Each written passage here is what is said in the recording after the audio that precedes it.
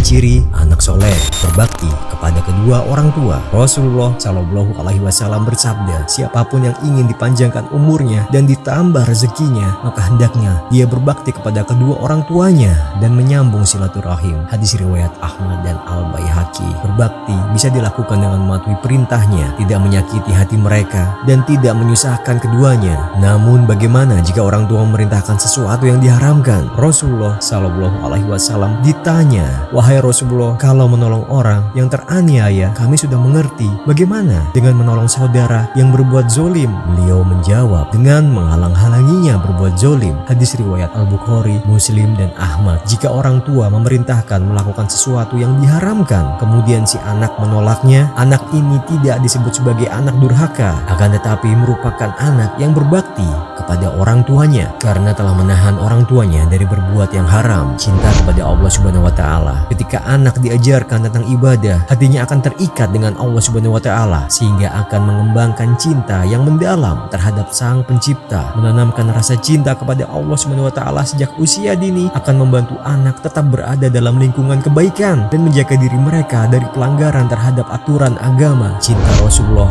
Muhammad Sallallahu Alaihi Wasallam. Nabi Muhammad Sallallahu Alaihi Wasallam diutus sebagai utusan Allah Subhanahu wa taala dengan patuh terhadap perintahnya dan menjauhi larangannya serta mempercayai dan mengikuti sunnahnya. Hal ini menjadi ciri khas dari seorang anak yang soleh. Ketika anak menjalani kehidupannya, marilah kita menjadikan Nabi Muhammad Sallallahu Alaihi Wasallam sebagai contoh yang terbaik untuk diikuti. Dengan demikian, anak akan mulai mengembangkan cinta yang mendalam terhadap Rasul Allah Subhanahu wa taala yang akan membimbingnya untuk selalu berbuat kebaikan. Bahwa di antara golongan orang yang mendapat naungan arsy ilahi ketika hari kiamat yang penuh ketakutan adalah orang yang mengajarkan Al-Quran kepada anak-anak dan orang yang mempelajari Al-Quran ketika anak-anak dan selalu membaca hingga masa tuanya. Anak yang soleh akan terus mengamalkan kitab suci, mengaplikasikan hukum-hukum yang terkandung di dalamnya, dan berusaha untuk menghafalnya secara konsisten.